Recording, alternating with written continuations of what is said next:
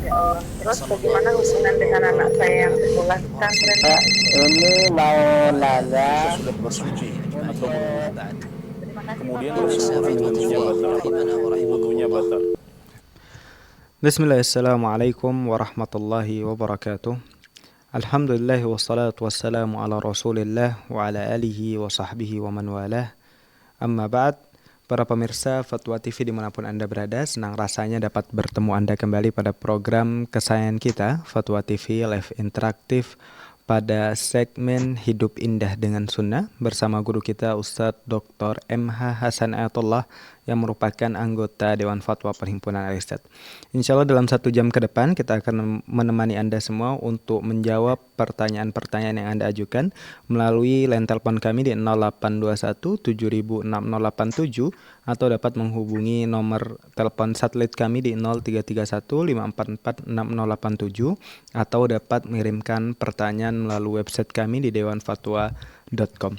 Baik para pemirsa Fatwa TV dimanapun Anda berada, alhamdulillah telah terhubung bersama kami dari Banyuwangi Ustadz Dr. M.H. Hasan Ayatullah. Kita sapa terlebih dahulu. Assalamualaikum Ustadz. Waalaikumsalam warahmatullahi wabarakatuh. Gimana kabarnya Ustadz? Alhamdulillah bikhair. Antum gimana? Alhamdulillah bikhair Ustadz. Banyuwangi gimana Ustadz? Hujan Ustadz? Alhamdulillah sempat hujan tadi. Oh, Masya Allah. Jember juga hujan nih Ustadz. Barakallahu fiik. Para pemirsa Fatwa TV dimanapun Anda berada, kita sapa terlebih dahulu radio-radio yang tergabung di RTVC yang turut pura merilai program acara sore hari ini, diantaranya Radio Sahabat Tegal, Radio MDFM Probolinggo, Radio Sagu FM Sumatera Barat, Radio Al-Hikmah Banyuwangi, Radio Tua FM Riau, dan Radio Mas FM Seragen.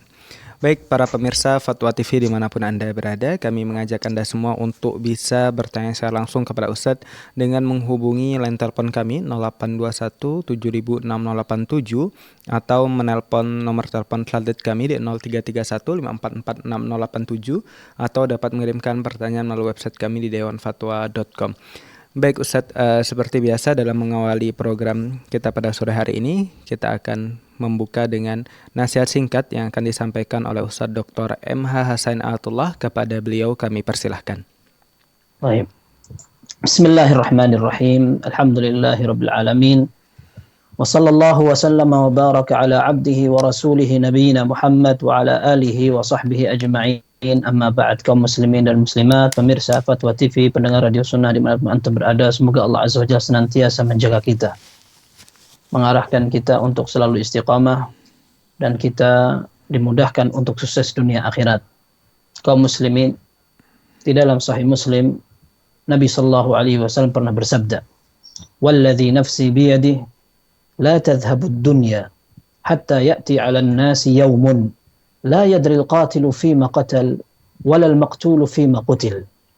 Tidak akan terjadi hari kiamat sampai semua orang yang tersisa waktu itu akan menemui satu waktu, satu hari, ketika orang yang membunuh tidak tahu kenapa dia membunuh. Orang terbunuh juga tidak tahu kenapa dia dibunuh. Faqila lima ya Rasulullah. Maka para sahabat bertanya, kenapa terjadi hal itu? Nabi SAW menyatakan, al-harj, akan banyak pembunuhan. Dalam Sahih Bukhari dan Muslim juga disebutkan, la taqumus sa'ah hatta yuqbadal ilm. Tidak akan terjadi hari kiamat sampai ilmu akan diangkat oleh Allah. Dengan wafatnya para ulama seperti disebutkan dalam riwayat yang lain. Wa takthuraz zalazil, dan akan terjadi banyak gempa. Kemudian wa takthural fitan, akan terjadi banyak fitnah, ujian melanda, musibah. Kemudian yataqarabuz zaman, dan akan singkat waktu ini seolah semakin sempit. Kemudian wa yakthrul haraj, dan akan terjadi banyak pembunuhan. Al-qatl, kata Nabi SAW, pembunuhan. Kaum muslimin, para ulama mengatakan bahwa ini merupakan salah satu fenomena tanda hari kiamat. Dan para ulama mengategorikan tanda ini merupakan tanda kiamat yang kecil. Adapun tanda kiamat yang besar, maka akan terjadi menjelang hari itu tiba. Seperti munculnya Dajjal, Ya'juj, Ma'juj, kemudian ada kabut dan seterusnya. Akan tetapi tanda kecil sudah dimulai sejak Nabi SAW diutus, dan beliau sendiri menjadi salah satu tanda itu. sehingga pembunuhan di tengah masyarakat menjadi hal yang banyak terjadi. Bukan berarti ini merupakan hal yang dibolehkan. Wal'iyadzubillah. Ini adalah dosa besar. Dan ini merupakan salah satu hak yang dirampas. 3 hak sekaligus. Hak Allah subhanahu wa ta'ala karena Allah larang adanya pembunuhan. Yang kedua, hak keluarganya, keluarga si korban. Karena mereka kehilangan orang yang mereka cintai. Kemudian hak ketiga adalah hak orang yang dibunuh itu sendiri. Hak Allah, orang bisa bertaubat. Hak keluarganya akan bisa ditebus ketika mereka memaafkan atau mereka menuntut untuk dibalas untuk dibunuh. Kemudian yang ketiga, hak orang yang dibunuh. Nanti akan dipertanggungjawabkan di depan Allah subhanahu wa ta'ala. Sebagaimana dalam hadis disebutkan bahwa orang yang terbunuh akan menggeret orang yang membunuh. Sementara darah itu masih mengucur. Dia mengatakan, Sal hadha fima qatalani. Ya Allah, ini tanya, kenapa dia membunuh aku? Dan Nabi SAW dalam Sahih Bukhari mengatakan, Lam yazal aw la yazalul mu'minu fi fushatin min dinihi ma lam yusib daman harama. Orang beriman masih berada dalam keleluasaan selama dia belum menumpahkan darah yang haram untuk ditumpahkan. Maksudnya sebelum dia membunuh. Kaum muslimin, semoga Allah melindungi kita dari sikap tercela ini. Dan ini merupakan dosa besar yang Allah ancam dengan neraka jahannam. Wa may yaqtul mu'mina muta'ammidan fajaza'uhu jahannamu khalidan fiha wa ghadiba Allahu 'alaihi wa la'anahu wa 'adda lahu 'adzaban 'azima. Orang yang membunuh seorang beriman dengan sengaja, maka dia akan dimasukkan ke dalam neraka jahannam, dikekalkan dia. Meskipun para ulama Ahlus Sunnah mengatakan orang yang membunuh telah melakukan dosa besar, dia tidak akan dikekalkan dalam neraka sampai Allah Subhanahu wa taala membersihkan dosa-dosa dia. Selama dia masih bertauhid kepada Allah Subhanahu wa taala. Akan tetapi ini merupakan dosa yang sangat besar. Tapi yang jelas, sebagai individu seorang muslim, kita tentu ingin menjaga diri. Wal'iyadu billah, ada orang yang tidak menghendaki kebaikan, atau ada orang yang hasad, atau orang yang berusaha mencederai atau mengancam jiwa kita. Maka minimalnya, selain kita meminimalisir adanya berbagai kekacauan, kita pun berdoa kepada Allah. Di antaranya minta keselamatan. Dan sebuah doa yang diajarkan Nabi SAW tidak pernah ditinggalkan setiap pagi dan petang. Dalam riwayat Abi Dawud, Nabi SAW lam yada' haula'id da'awat hina yumsi wa hina yusbih. Nabi SAW tidak pernah meninggalkan untayan doa-doa ini pada setiap pagi dan petang. Allahumma inni as'aluka al-afiyata fid dunya wal akhirah. Ya Allah, aku minta kepada Engkau keselamatan dunia akhirat. Allahumma inni as'aluka al-'afwa wal 'afiyah fi dini wa dunyaya wa ahli wa mali. Ya Allah, aku minta maaf, ampunan dan juga keselamatan terhadap agamaku, keduniaanku, keluargaku maupun hartaku. Allahumma ihfazni min baini yaday wa min khalfi wa an yamini wa an shimali wa min fawqi wa a'udzu bi'azamatika an ughtala min tahti. Aku berlindung kepada Engkau dari serangan kanan, kiri, depan, belakang, dari atas, dan aku juga berlindung kepada Engkau akan ditenggelamkan dari arah bawah. Semoga Allah Azza wa Jalla menjaga kita semua dan kita bisa mendapatkan kesuksesan dunia akhirat. Wallahu a'lam bis-shawab.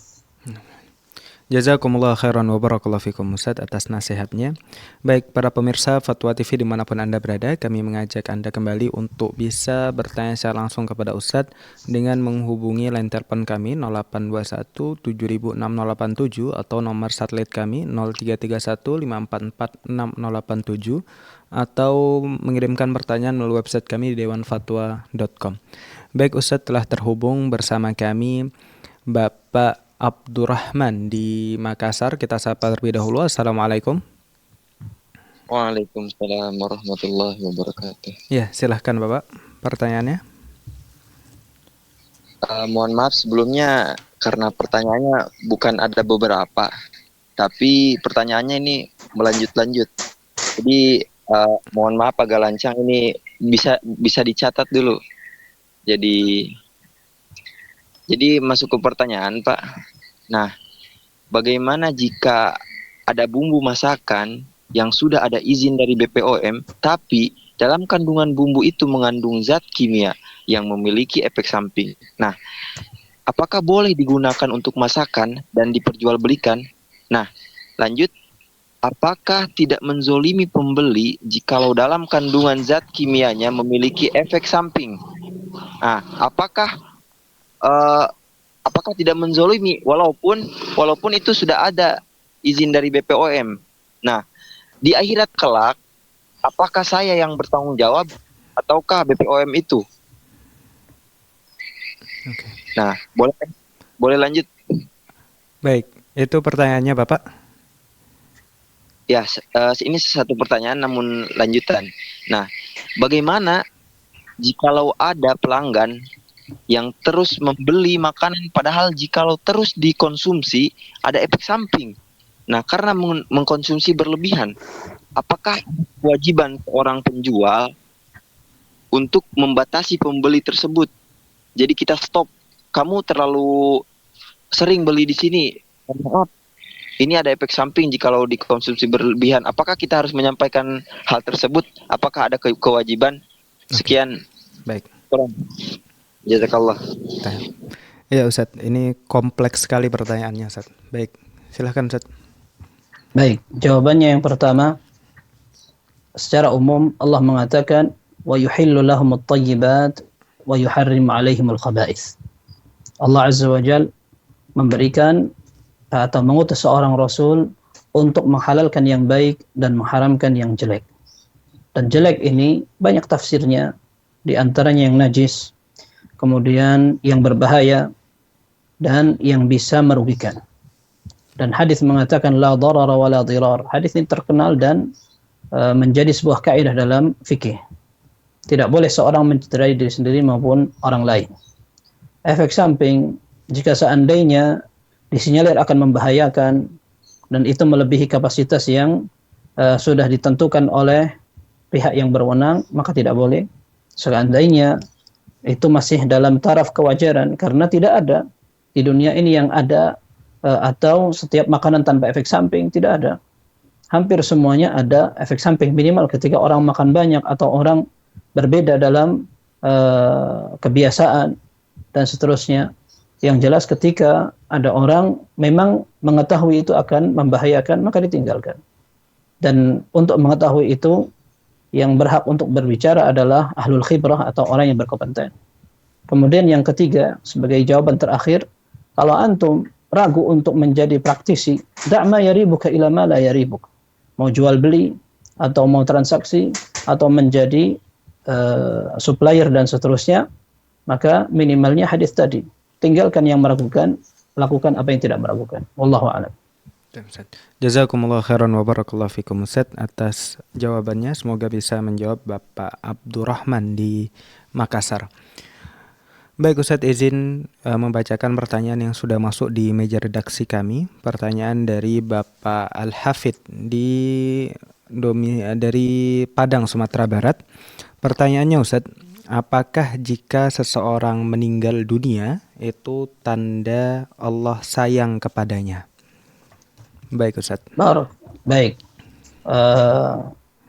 Yang jelas, ketika orang meninggal dunia, itu adalah tanda yang menunjukkan rezekinya habis. Dalam hadis dikatakan, wa'lam anna nafsan lan tamut hatta tastakmila ajalaha wa tastawfi rizqaha. Sebuah jiwa tidak akan meninggal sampai batas ajalnya dan habis jatah rezekinya.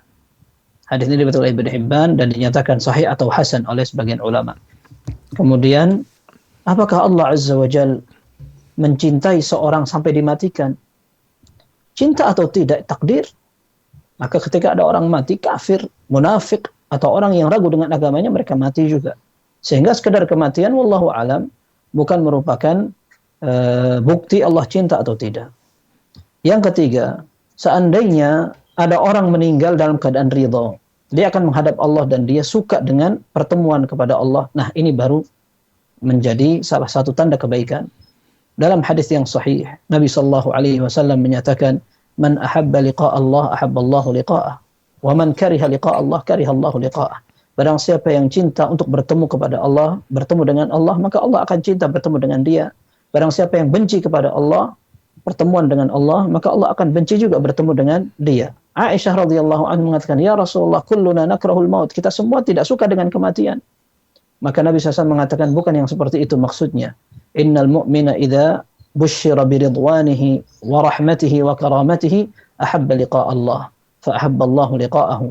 Orang beriman ketika dia dalam keadaan sakaratul maut, maka Allah akan tampakkan di depannya keridhaan Allah, kemudian kemuliaannya dan juga pahala-pahalanya.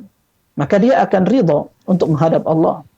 Maka ketika dia ridha menghadap Allah, Allah pun ridha dan juga suka dengan pertemuan dengan hamba ini. Wa innal kafira idza busyira bi'adzabihi wa sakhatihi kariha liqa Allah fa kariha Allahu liqa'ah. Orang kafir sebaliknya. Ketika dia dalam keadaan sakaratul maut, dia akan ditampakkan hal-hal yang menjadi balasan dia nanti. Azab, kemurkaan Allah. Maka Allah Azza wa Jalla membuat dia tidak suka bertemu dengan Allah dan Allah tidak suka bertemu dengan dia. Sehingga kematian seseorang memang sudah Allah tentukan dan itu takdir. Dan jika seandainya husnul khatimah berarti ini adalah hal yang dicita-citakan setiap muslim. Akan tetapi ketika dia rela bertemu dengan Allah, itulah tanda bahwa Allah Azza wa Jalla cinta kepada dia, bukan sekedar adanya kematian yang ditakdirkan. Wallahu a'lam. Jazakumullah khairan wa barakallahu fikum Ustaz. Semoga bisa menjawab Bapak Hafid di Padang. Baik para pemirsa Fatwa TV dimanapun Anda berada, kami mengajak Anda untuk bisa bertanya secara langsung kepada Ustadz dengan menghubungi nomor telepon kami 0821 706087 atau dapat menghubungi nomor telepon satelit kami di 0331 544 6087 atau dapat mengirimkan pertanyaan melalui website kami di dewanfatwa.com. Baik Ustadz, izin membacakan pertanyaan di meja redaksi dari Bapak Irfanado Bagus di Magetan. Bismillah, izin bertanya Ustadz. Ketika selesai Jumatan, sandal saya hilang. Kemudian saya menunggu sampai jamaah habis dan saya akhirnya memakai sandal yang tersisa dan tidak ada yang punya. Apakah tepat tindakan saya Ustadz? Jika tidak tepat, bagaimana langkah saya untuk mengembalikan sedangkan tidak tahu pemiliknya? Jazakallah khairan Ustadz. Wa jazakumullah khairan. Mudah saja cara mengembalikan. Tinggal ditaruh di masjid lagi. Siapa tahu orang yang punya akan mencari. Kemudian sebelumnya, wallahu alam, meskipun sandal kita hilang bukan berarti ini kesempatan untuk mengambil sandal yang lain. Karena dalam hadis disebutkan secara umum, la yahillu malu mri'in muslimin illa bi thayyibi nafsin minhu. Tidak boleh seorang mengambil harta orang lain kecuali dengan keridhaan orang yang punya. Dan kita nggak ngerti siapa yang punya sandal itu. Kemudian apakah dia sudah ridha atau dia tinggalkan. Bisa jadi orangnya lupa atau dia barangkali ketinggalan dan seterusnya. Sehingga tidak adanya orang di situ. Atau mungkin orang pikun sehingga ambil sandal kita. Dan dia tinggalkan sandal dia sendiri. Nanti dia ketika akan ingat akan ambil. Nah ketika kita berinisiatif untuk ambil sandal itu, bisa jadi sandal kita tidak akan kembali. Tetapi ketika sandal kita dicuri bukan berarti kita boleh untuk mengambil sandal orang lain. Sehingga intinya kalau mau mengembalikan tinggal dikembalikan saja ke masjid. Wallahu a'lam bissawab. Mudah-mudahan Allah ganti dengan lebih baik. Dan ketika kita ikhlaskan, insya Allah ada pahalanya. Dan jangan kapok untuk datang ke masjid karena hilang sandal sudah menjadi kebiasaan sejak turun-temurun. Wallahu a'lam bissawab. Akan tetapi ini bukan berarti boleh. Hanya saja seperti yang kita sebutkan tadi jawabannya. Wallahu a'lam bissawab. Baik Ustadz, jazakumullah khairan wa barakallahu fikum Ustadz. Semoga bisa menjawab Bapak Irfanado Bagus di Magetan. Baik Ustadz, pertanyaan selanjutnya dari Bapak Galajati Nurwi. Baik, telah tersambung bersama kami penelpon Bapak Rizal di Singkawang. Kita sapa terlebih dahulu. Assalamualaikum. Waalaikumsalam warahmatullahi wabarakatuh. Ya, silahkan Bapak pertanyaannya. Barakallahu fiik Ustaz. Barakallahu fiik. Begini Ustaz, ini menanyakan ketika kaki tersandung batu yang diucapkan itu apakah innalillah, astagfirullah atau bismillah. Yang kedua Ustaz, ketika kita turun dari rumah ingin safar, selain membaca Bismillahi tawakkallahu la wala quwata illa billahil azim, apakah disunahkan untuk mengarahkan muka ke arah langit? Mohon nasihatnya. Syukran, jazakallahu khairan. Assalamualaikum warahmatullahi wabarakatuh. Waalaikumsalam. Waalaikumsalam warahmatullahi wabarakatuh. Iya, yang pertama ada hadisnya, tapi Anda tidak hafal ya nasnya. Nabi Shallallahu Alaihi Wasallam perintahkan kita untuk mengucapkan basmalah ketika tersandung memang. Ya, mengucapkan basmalah, Bismillah, seperti itu. Kemudian yang kedua, tidak harus seorang menghadap muka ke langit, karena ketika kita tahu Allah di atas langit, akan tetapi untuk menghadapkan muka ke langit sebagai salah satu bentuk doa dan itu ibadah membutuhkan dalil. Wallahu a'lam bishawab. Sehingga ketika kita berdoa, yang dianjurkan adalah menghadap kiblat seperti yang disebutkan oleh para ulama sebagai adab berdoa. Kemudian yang kedua, mengangkat tangan. Ini doa yang kita panjatkan dan memungkinkan untuk angkat tangan. Tetapi doa-doa seperti kita keluar rumah, masuk masjid, kemudian keluar kamar mandi, tidak ada keharusan untuk mengangkat tangan atau menghadap kiblat. Sehingga kita bisa berdoa kemana arah kita berjalan. Wallahu a'lam bishawab. Jazakumullah khairan wa barakallahu fikum Ustaz. Semoga bisa menjawab Bapak Rizal di Singkawang. Baik Ustaz, izin membacakan pertanyaan dari Bapak Galajati Nurwi Ujiantoro di Yogyakarta. Pertanyaannya Ustaz, izin bertanya. Saya memiliki istri dan 4 anak. Paling kecil umur 4 tahun, istri umur 35 tahun.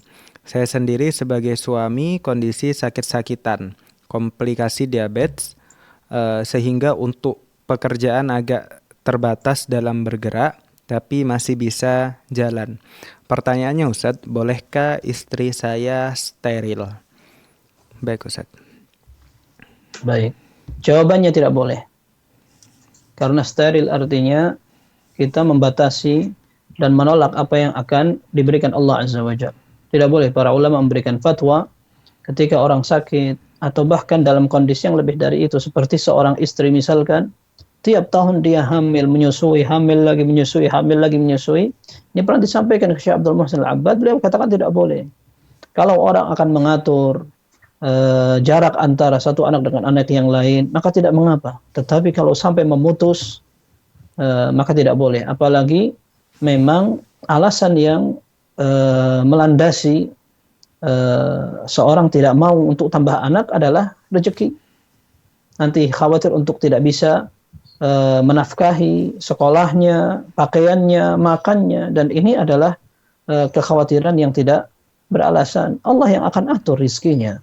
Dan siapa tahu ketika dalam kondisi sakit seperti orang akan perhatian, kemudian memberikan rizki dari arah lain.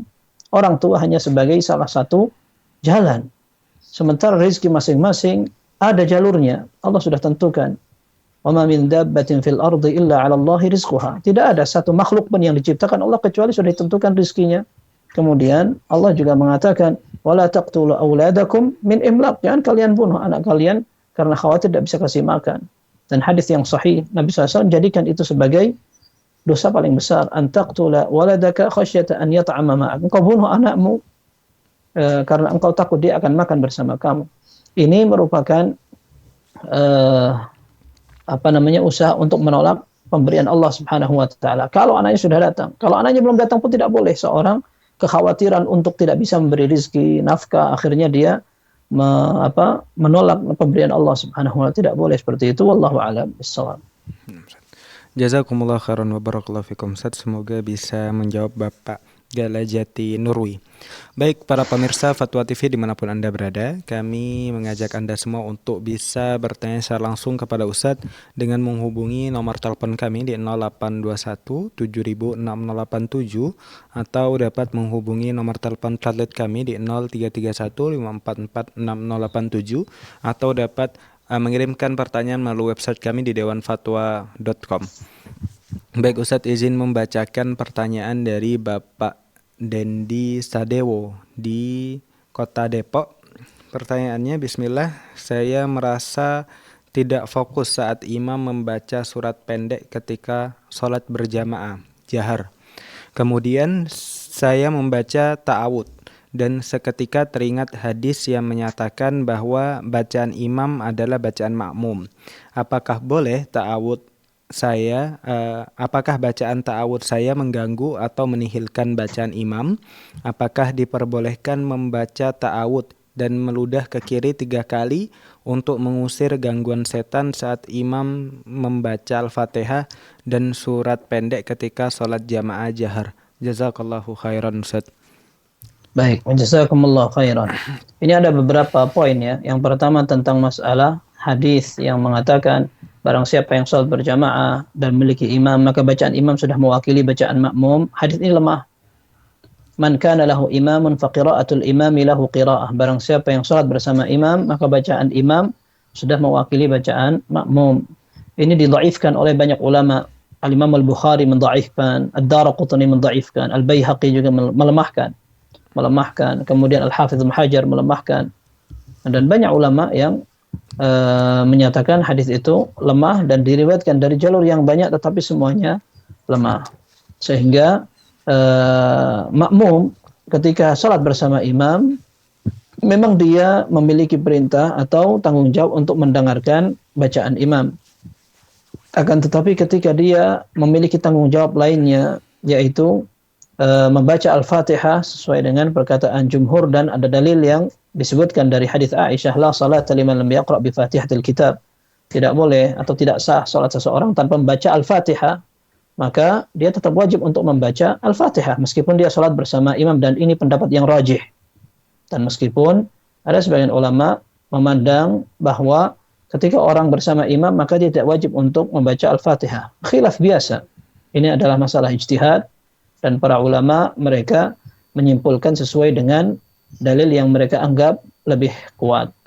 Dan wallahu alam, pendapat jumhur mengatakan bahwa surat Al-Fatihah harus dibaca meskipun makmum di belakang imam yang mengeraskan suaranya. Ini yang pertama masalahnya. Yang kedua adalah membaca ta'awudz sambil bertafal atau mengeluarkan ludah. Ini memang ada riwayatnya dalam hadis yang sahih. Ya, Utsman bin Abil As radhiyallahu anhu, beliau mengatakan, ya Rasulullah, beliau mengatakan, inni ajidu qad hala asyaitanu baini wa baina salati wa qiraati yulabbisuhu alayya atau yulabbisuha alayya. Dia mengatakan, ya Rasul, aku mendapatkan bahwa aku ini keganggu sekali ketika salat, antara aku dan salatku dan bacaanku. Maka Rasul sallallahu alaihi wasallam menyatakan, dzaka syaitanun yuqal lahu khinzab. Itu adalah setan. Itu adalah setan yang memang mengganggu salatmu, namanya khinzab. فإذا أحسسته ذلك فليتعوذ بالله أو فتعوذ بالله فإذا أحسسته فليتعوذ بالله وليتفل على يساره 3. Kalau kamu mendapatkan itu, maka kamu bisa berta'awudz, minta perlindungan kepada Allah, dan meludah ke kiri 3 kali. Kata Utsman bin Abil As radhiyallahu anhu, fa'altu dzalika fa'adhabahu Allahu anni. Maka aku lakukan dan ini gangguan setan ini sudah hilang. Tetapi para ulama mengatakan ketika orang akan meludah, dia perlu melihat apakah di kirinya tidak ada orang. Yang kedua, apakah masjid yang dia tempatin ini memang tidak apa-apa terkena ludah, seperti masjid di zaman itu lantainya terbuat dari tanah. Adapun sekarang lantai keramik, kemudian ada karpetnya, maka tidak pantas. Maka seorang bisa menggunakan tisu atau yang semacamnya. Kalaupun tidak bisa, maka dia ucapkan dengan ta'awudz saja tanpa meludah. Seperti itu. Kemudian yang ketiga, bacaan ta'awudz, karena itu memang dibutuhkan, tidak sampai mengganggu keabsahan bacaan imam. Tidak apa-apa. Sebagaimana ketika seorang dibutuhkan, dia perlu mengucapkan tasbih subhanallah ketika imamnya salah. Dan ini tidak mengganggu bacaan imam, apalagi menafikan, tidak ada seperti itu. Sehingga aman-aman aja ketika dia melakukan hal itu. Wallahu a'lam bissawab. Jazakumullah khairan wa barakallahu fikum, Ustaz. Semoga bisa menjawab Bapak Dendi Sadewo di Depok, Jawa Barat. Baik, Ustaz, telah tersambung bersama kami Bapak Nur Yansah di Kalimantan Selatan. Kita sapa terlebih dahulu. Assalamualaikum. Waalaikumsalam. Iya Bapak, silahkan pertanyaannya. Dia masalah hutang, Ustaz. Kan uang hutang sama kita, tapi uangnya sudah tidak ada. Baik, bisa Sudah diulangi Bapak? uang hutang, tapi uangnya tidak ada. Sudah kabul. Kayak apa hukumnya, Ustaz? Baik, jelas Ustadz? Belum. Ya, Bisa diulangi Bapak? Pertanyaannya mungkin lebih jelas. Uang kan pinjam duit sama kita. Jadi uang yang dipinjam itu uangnya kabul. Orang Di yang meminjam telepon uang pada lalu kabur. mengangkat. Iya. Sama hukumnya mohon penjelasannya, Ustaz. Oke, baik. Ya, baik. Ya, ini khianat namanya. Ini khianat. Orang meminjam, kemudian dia tidak ingin mengembalikan. Dalam hadis dikatakan, "Man akhadha amwalan nas yuridu ada'aha addallahu an, wa man akhadhaha yuridu itlafaha atlafahu Allah." Orang yang ingin meminjam, mengambil harta orang lain dan dia ingin mengembalikan, maka Allah akan bantu dia untuk mengembalikan. Akan tetapi jika ada orang yang mengambil harta orang lain dan memang tujuannya untuk menghabiskan saja, maka Allah akan hilangkan juga harta itu. Entah dia tidak bisa memanfaatkan atau keberkahannya dihilangkan. Ini dosa. Dosa, dia ambil harta orang lain dan Allah katakan, "Wala ta'kulu amwalakum bainakum bil batil." Jangan kalian makan harta di antara kalian dengan cara yang batil. Ini dosa. Ini dosa.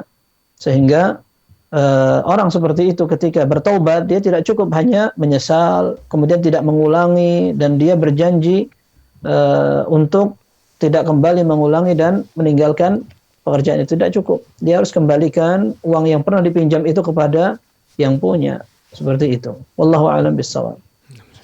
Jazakumullah khairan wa barakallahu fikum. Ustaz, semoga bisa menjawab Bapak Nuryansyah di Kalimantan Selatan.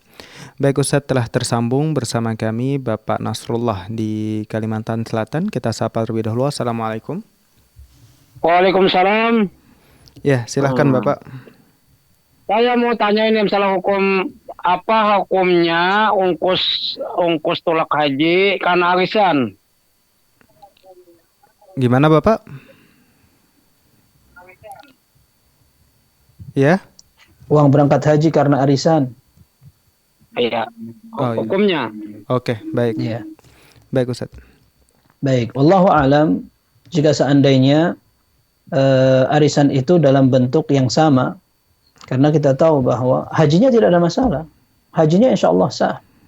Akan tetapi tentu kita ingin mengetahui uang yang kita dapatkan. Kemudian arisan ini sama dengan pinjam meminjam. Orang yang mendapatkan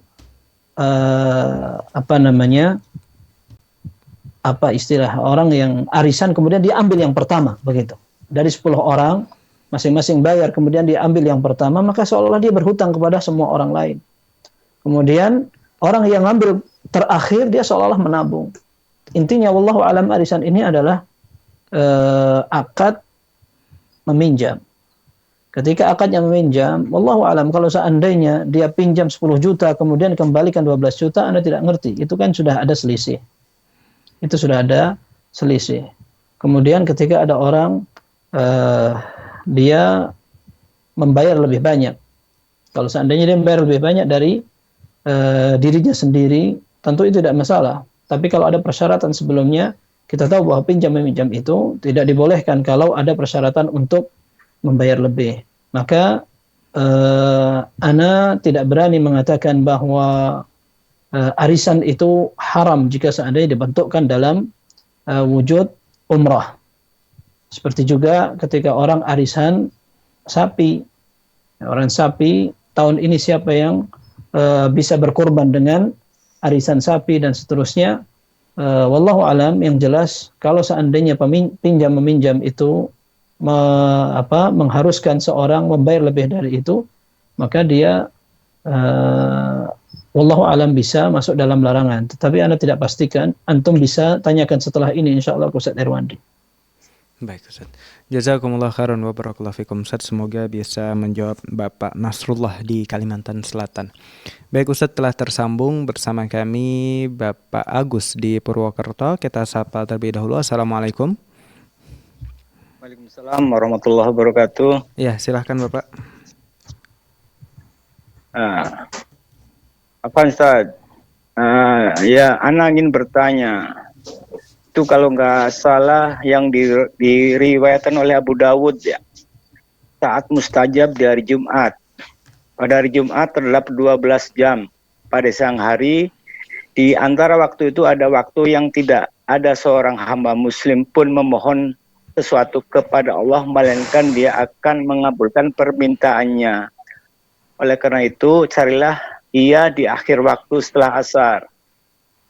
Nah, pertanyaan Ana, di saat berdoa setelah asar itu, apakah kita harus mengikuti adab-adab berdoa? Artinya dalam arti harus duduk di masjid, duduk di tempat sholat menghadap kiblat, atau bagaimana Tad? Mohon penjelasannya. Baik Ustaz. Baik. Iya, faltamisuha ba'dal asar, kata Nabi SAW, carilah habis asar waktu itu. Dan sama, meskipun waktu itu merupakan waktu mustajab dan kemungkinan diterima oleh Allah Azza wa Jalla lebih terbuka. Maka agar semakin kita dapatkan peluang untuk dikabulkan, kita pun menggunakan adab-adabnya. Seperti ketika kita memanjatkan doa pada malam hari, ketika kita selesai melaksanakan sholat witir, dan kita akan berdoa, kita duduk menghadap kiblat, mengangkat kedua tangan, mengawali dengan hamdalah dan bersalawat kepada Nabi sallallahu alaihi wasallam, lalu dia berdoa, lalu ditutup dengan salawat dan hamdalah juga. Setelah itu dia berusaha juga dalam doanya mengulang 3 kali dan diupayakan dalam keadaan berwudu. Nah, sehingga wallahu alam habis asar ketika seorang berupaya untuk melaksanakan doa itu dan dikabulkan, maka dia melaksanakan adab-adab itu. Wallahu a'lam bissawab. Kecuali kalau dalam keadaan safar dan dalam keadaan perjalanan dia sambil menyetir, insyaallah dia bisa untuk sambil manjatkan pada kondisinya. Wallahu a'lam. Nah, Ustaz, jazakumullah khairan wa barakallahu fikum Ustaz. Semoga bisa menjawab Bapak Agus di Purwokerto. Baik Ustaz, telah tersambung bersama kami Bapak Eko di Bengkulu. Kita sapa terlebih dahulu. Assalamualaikum. Ya.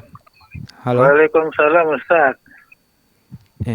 Ya, silahkan Bapak. Ini mau bertanya, apakah seorang imam itu setelah memimpin sholat waktu fardu itu memimpin doa? Apakah wajib Ustaz? Baik. Ya, baik Bapak. Baik. Ya, silakan Ustaz. Iya. Yang ada Nabi sallallahu alaihi wasallam berzikir setelah salat sendiri. Seperti yang diriwayatkan oleh Ibnu Abbas radhiyallahu anhuma, Nabi sallallahu alaihi wasallam selesai melaksanakan salat, kata Ibnu Abbas, "Ma kunna na'rifu inqida'a salati Rasulillah sallallahu alaihi wasallam illa bitakbir."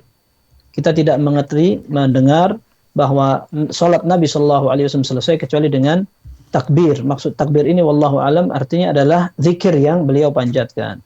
Tetapi tidak dengan bersama-sama, karena tidak ada riwayat yang menunjukkan bahwa Nabi sallallahu alaihi wasallam zikir bersama. Adapun mengeraskan suara, iya. Hadis Ibnu Abbas radhiyallahu anhuma, beliau mengatakan anna raf'as sauti bidzikri hina yansarifu an-nas min al-maktubati kana ala ahdi Rasulillah sallallahu alaihi wasallam. Mengeraskan suara ketika zikir habis salat merupakan kebiasaan para sahabat dulu. Nah, artinya mengeraskan suara ini merupakan hal yang masyru', ya, disyariatkan. Dan ini tidak berarti orang yang mengeraskan suara bareng-bareng. Tidak mesti. Adapun berdoa, apakah ini dianjurkan, apalagi sampai bersama-sama? Nah, ini membutuhkan dalil. Kalau orang mengatakan bahwa apakah kita tidak dibolehkan untuk berdoa sambil mengangkat tangan setelah sholat, bukankah itu adalah kondisi setelah kita beribadah dan kita bisa berdoa kepada Allah? Kita katakan betul, akan tetapi untuk menentukan bahwa ada doa setiap selesai sholat fardu, kemudian sampai mengangkat tangan, kemudian dipimpin oleh imam, ini butuhkan dalil. Dan Nabi Shallallahu Alaihi Wasallam, beliau selalu menjadi imam. Beliau sebagai seorang Nabi Shallallahu Alaihi Wasallam, sebagai seorang pimpinan negara, dan beliau sebagai seorang qudwah dan teladan, beliau tidak pernah ketinggalan sholat berjamaah kecuali ketika beliau akan meninggal. Kemudian ketika beliau baru datang dari Quba dan terlambat saja. Kemudian ketika baru pulang dari satu peperangan dan Nabi Shallallahu Alaihi Wasallam menjadi makmum, Abdurrahman bin Auf. Sisanya rata-rata beliau menjadi imam. Ternyata tidak ada riwayat satupun dari sahabat yang menunjukkan bahwa beliau zikir bersama, memimpin doa, mengangkat tangan, dan seterusnya. Ini berarti menunjukkan memang itu tidak disyariatkan. Maka kita tidak melakukan itu. Wallahu a'lam bishawab. Jazakumullah khairan wa barakallahu fikum. Ustaz, semoga bisa menjawab Bapak Eko di Bengkulu. Baik Ustaz, izin membacakan pertanyaan yang ada di meja redaksi dari Bapak Jufri Husen di Pahuwato, Gorontalo. Bismillah, izin bertanya Ustaz, ketika sholat Jumat setelah azan pertama ada penyerahan tongkat disertakan salawat kepada Nabi oleh muadzin kepada khatib. Apakah seperti ini diperbolehkan Ustaz? Baik. Khutbah menggunakan tongkat tidak masalah. Bahkan sebagian ulama mengatakan itu sunnah, karena dulu Nabi Shallallahu Alaihi Wasallam dalam sebuah hadis pernah berkhutbah dengan berpijak atau berpegangan dengan tongkat atau kaus alias busur panah itu, busur panah. Karena itu dibutuhkan. Sebagian ulama mazhab seperti Al-Hanafiyah tidak salah, mereka mengatakan tidak ada syariatnya, tidak ada sunnahnya itu. Wallahu a'lam, bisa jadi kejadian itu karena Nabi SAW butuhkan. Tapi yang jelas semua ini tidak berarti ada ritual khusus penyerahan. Kalau kita katakan bahwa muadzin atau takmir atau jamaah masjid ingin mengambilkan untuk imam, tidak apa-apa. Tetapi ketika dijadikan sebuah ritual dan tidak sah atau tidak afdal kalau tidak mengerjakan itu, ini butuh dalil. Sesuatu yang dilakukan terus-menerus dengan rutin, ini membutuhkan dalil karena ibadah ini ada contohnya. Kalau tidak ada contohnya, maka kita khawatir ada hal yang kita tambahkan di situ. Maka selama tidak ada dalilnya, maka kita cukupkan dengan apa yang ada dalilnya saja. Wallahu a'lam bishawab. Baik, jazakumullah khairan wa barakallahu fikum. Ustaz, semoga bisa menjawab Bapak Jufri Husen di Gorontalo. Baik Ustaz, telah tersambung bersama kami Bapak Rustam di Aceh. Kita sapa terlebih dahulu. Assalamualaikum. Waalaikumsalam warahmatullahi. Ya, Assalamualaikum Ustaz. Assalamualaikum warahmatullahi wabarakatuh. Ini mau nanya Ustaz. Saya kan sakit. Kadang-kadang Jumat nggak pernah hadir Ustaz. Rumah sembahyang di mana? Di salatnya di rumah. Salat waktu. Mana Ustaz? Kering saya bagaimana Pak? Jumat. Saya sakit kan. Sakit saya lumpuh. So, jadi kan takut di masjid jatuh kan. Nggak ada yang nuntun kan. Iya. Jadi nggak pernah, kadang-kadang salat Jumat sering tinggal. Baik. Salatnya di rumah boleh Ustaz. Iya. Salat waktu. Cuma itu aja saya nanya Ustaz. Baik. Baik Ustaz. Orang yang sakit, orang yang punya uzur, maka tidak apa-apa dia tidak melaksanakan sholat berjamaah. Orang yang harus menunaikan sholat berjamaah adalah orang yang tidak punya uzur sama sekali. Adapun orang yang punya uzur, maka insya Allah tidak apa-apa dia sholat di rumah dan dia akan mendapatkan pahala seperti dia sholat berjamaah. Seandainya dulu sebelum sakit dia suka sholat berjamaah. Dalam Sahih Bukhari disebutkan, "Idza maridal 'abdu aw safar, kutiba lahu ma kana ya'malu sahihan muqima."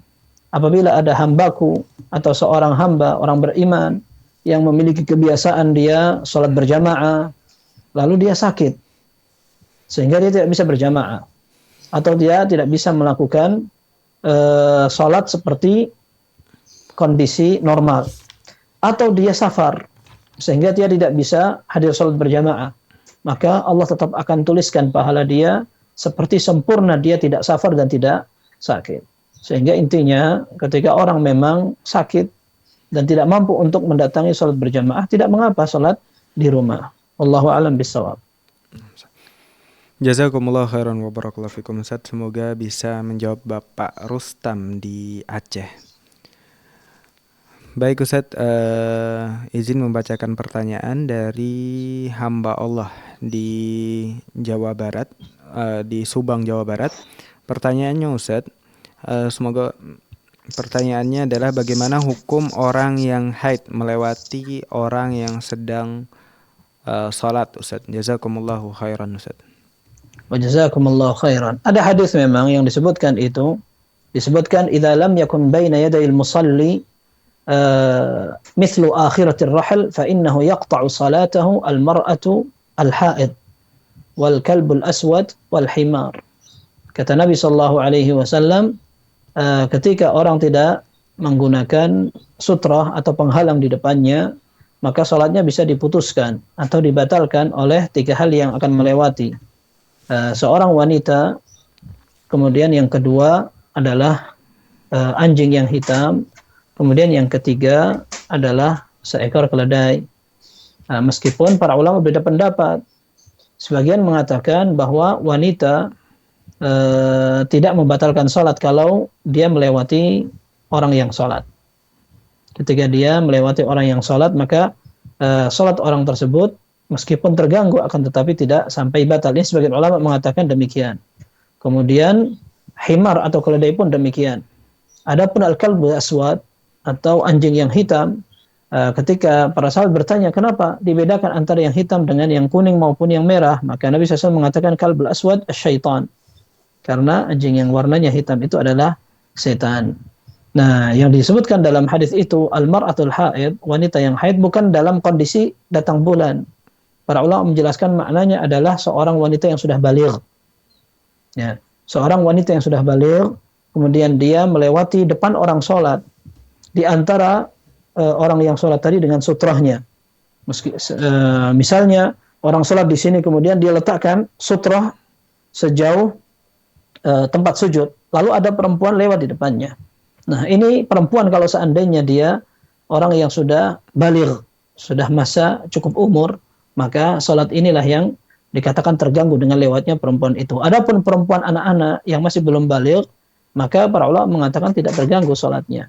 Seperti itu. Dan lebih hati-hatinya seorang perlu menjaga ketika salat agar tidak ada kesempatan untuk dilewati seorang perempuan.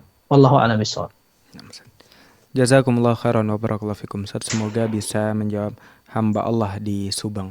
Baik para pemirsa Fatwa TV dimanapun Anda berada, masih ada waktu kami mengajak Anda semua untuk bisa bertanya secara langsung kepada Ustadz dengan menghubungi nomor telepon WhatsApp kami di 0821 706087 atau dapat menghubungi nomor satelit kami di 0331 544 6087 atau dapat mengirimkan pertanyaan melalui website kami di dewanfatwa.com. Baik Ustadz, izin membacakan pertanyaan dari Bapak Egi Luschandra di Padang, Sumatera Barat. Pertanyaannya Ustadz, ana safar dari kampung A ke kota B, tempat saya mukim, dengan jarak 165 km. Lalu saya berhenti ketika jarak sisa 39 km. Apakah saya masih boleh mengqashar sholat duhur dan asar dan menjamaknya sekaligus? Saat saya berhenti adzan duhur baru selesai dikumandangkan, apakah saya boleh langsung salat duhur dan qashar tersebut tanpa menunggu iqamah? Syukran, jazakumullahu khairan. Jazakumullahu khairan. Iya, pertanyaan ini berkaitan dengan apakah dia masih safar atau dia sudah habis safarnya. Ketika dia sudah mendekati kampungnya, apakah dia sudah selesai dari nama seorang musafir? Nah, jawabannya wallahu alam, para ulama menyebutkan di antaranya Ibnu Qudamah dalam kitab Al-Mughni, beliau mengatakan bahwa safar seseorang tidak terputus sampai dia masuk ke kampungnya. Kalau dia masih belum masuk kampung, meskipun jaraknya sudah mulai mendekati, maka dia belum dikatakan selesai. Dia masih dalam kondisi safar, wallahu alam, sehingga dia masih boleh untuk mengqashar dan menjamak salatnya. Adapun pertanyaan kedua, apakah dia harus menunggu iqamah? Orang yang safar tidak wajib untuk melaksanakan salat berjamaah bersama kaum muslimin karena dia dalam kondisi safar. Maka dia mendapatkan keringanan untuk tidak mengikuti sholat berjamaah. Maka ketika dia berhenti dan mendengarkan azan, tidak perlu dia menunggu iqamah. Dia langsung sholat saja karena dia memang tidak wajib untuk berjamaah. Demikian pula ibu-ibu yang ada di rumah. Ketika ibu-ibu di rumah ini ingin segera melaksanakan sholat dan dia mendengar azan dikumandangkan, tidak perlu dia menunggu sampai iqamah selesai. Wallahu a'lam bissawab. Jazakumullah khairan wa barakallahu fikum Ustaz. Semoga bisa menjawab Bapak Egy Luschandra di Padang. Baik Ustaz, telah tersambung bersama kami Ibu Nia di Bogor. Kita sapa terlebih dahulu. Assalamualaikum. Waalaikumsalam warahmatullahi wabarakatuh, Ustaz. Ya, silahkan Ibu. Assalamualaikum Ustaz. Semoga Allah Assalamualaikum memberkahi dan semoga Allah selalu melindungi Ustaz. Amin. Wa iyyakum. Anak lagi mungkin setiap orang punya masalah banyak, terutama ibu rumah tangga. Gimana caranya Ustadz supaya saya tidak berdosa kepada suami karena anak-anak masih kecil, terus merasa kayak capek, beban sendiri gitu bicara kepada suami. Qadarullah kan memang sibuk kerja ya. Gimana Ustadz biar solusi biar menguatkan iman saya Ustadz. Sebelumnya jazakallahu khairan Ustadz. Assalamualaikum warahmatullahi wabarakatuh. Waalaikumsalam warahmatullahi wabarakatuh. Iya. Iya, banyak anak merupakan karunia Allah. Ya, kadang kita capek, rumah berantakan, anak berisik, tetapi banyak yang cerita bahwa itu akan dirindukan nanti. Ketika anak sudah besar, mereka di pesantren, kemudian rumah menjadi sepi, bahkan kadang-kadang rumah ini lebar, tetapi tidak ada lagi penghuni. Kemarin yang nangis, yang lempar-lempar mainan, itu sudah tidak ada lagi. Sehingga sampai banyak orang-orang yang pengalaman, ini tidak berbicara masalah hukum syar'i, orang-orang yang pengalaman, yang pernah punya anak kecil, mereka mengatakan, wahai bunda, sabar, ini hanya beberapa saat saja. Anak kecil itu kalau sudah lulus SD, lalu dia di pesantren, kemudian dia akan lanjut ke sekolah dan jauh. Kalaupun dia tidak di pesantren, dia akan terus melanjutkan pendidikan, lalu ada pekerjaan, lalu kita akan rindukan masa-masa itu. Ini yang pertama, sehingga mudah-mudahan ini menjadi motivasi ya, karena memang itu tidak lama. Yang kedua, ini ibadah semuanya. Ini ibadah. Masing-masing memiliki tanggung jawab. Dan dalam hadis disebutkan kullukum ra'in wa kullukum mas'ulun an ra'iyatih. Kalian masing-masing adalah pemimpin dan akan ditanya oleh Allah tentang kepemimpinannya. Ar-rajulu ra'in 'ala ahli baitihi fa huwa mas'ulun an ra'iyatih. Seorang laki-laki menjadi kepala keluarga, dia akan ditanya tentang rumah tangganya. Wal mar'atu ra'iyatun fi baiti zawjiha fa hiya mas'ulatun an ra'iyatiha.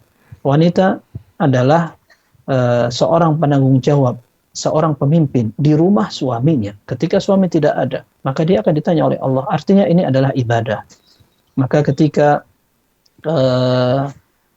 seorang ibu membersihkan kotoran anak, menyiapkan masakan untuk rumah tangga, kemudian terkadang dia harus capek menghadapi rumah tidak berganti-ganti, kesibukan orang di luar, ini kadang pindah ke sini, kadang safar, kadang bertemu dengan relasi kerja dan seterusnya. Sementara ibu di rumah, dia monoton berhadapan dengan itu sehingga bosan. Iya, kita katakan betul. Tetapi itulah yang sesuai dengan fitrah.